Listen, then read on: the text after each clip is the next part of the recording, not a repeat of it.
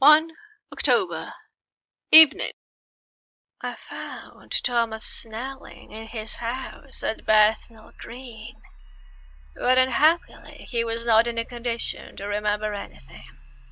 The very prospect of beer which my expected coming had opened to him had proved too much, and he had begun too early in his expected debauch. I learned, however, from his wife, who seemed a decent, poor soul, that he was the only assistant to Smollett, who of the two maids was the responsible person. So off I drove to Walworth, and found Mr. Joseph Smollett at home, and in his shirt sleeves, taking a late tea out of a saucer. He's a decent, intelligent fellow, distinctly a good, reliable type of workman, and with a headpiece of his own. He remembered all about the incident of the boxes, and from a wonderful dog's-eared notebook, which he produced from some mysterious receptacle about the seat of his trousers, and which had hieroglyphical entries in thick, half-obliterated pencil, he gave me the destinations of the boxes. There were, he said, 6 in the cartload which he took from Carfax and left at 197, Chickson Street, Mile End, New Town, and another 6 which he deposited at Jamaica Lane, Bermondsey.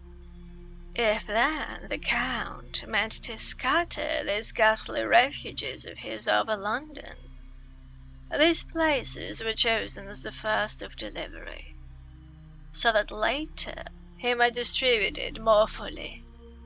The systematic manner in which this was done made me think that he could not mean to confine himself to 2 sides of London.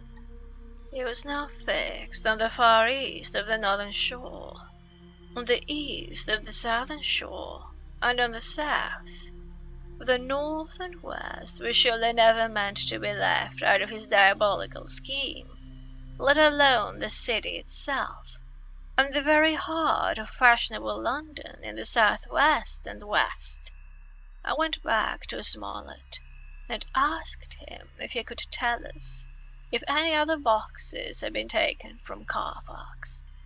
He replied, "Well, governor, you've treated me very handsome." I had given him half a sovereign. "And I tell you all I know. I heard a man by the name of Bloxham say 4 nights ago in the Hounds in Pinch's Alley as how he and his mate had a rare dusty job in all house at Purfleet. There ain't a many such jobs as this here, and I'm thinking that maybe Sam Bloxham could tell you summat." I asked if he could tell me where to find him.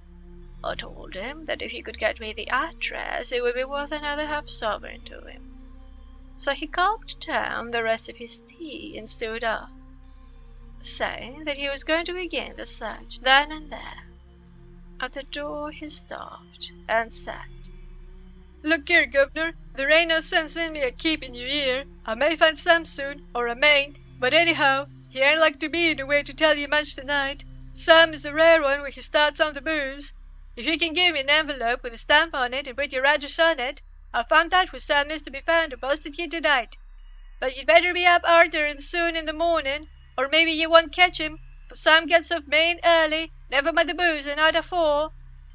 This was all practical, so one of the children went off with a penny to buy an envelope and a sheet of paper, and to keep the change.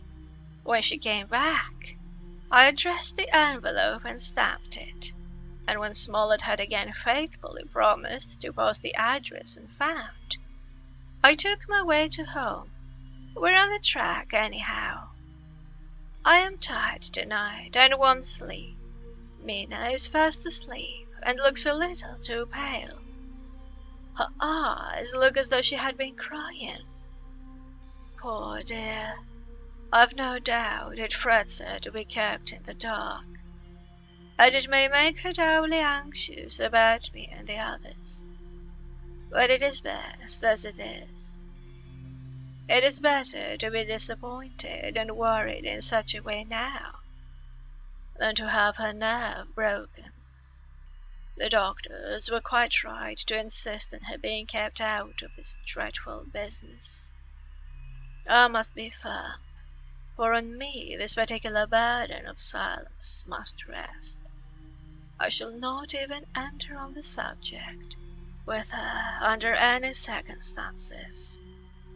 Indeed, it may not be a hard task, after all, for she herself has become reticent on the subject, and has not spoken of the Count or his doings ever since we told her of our decision.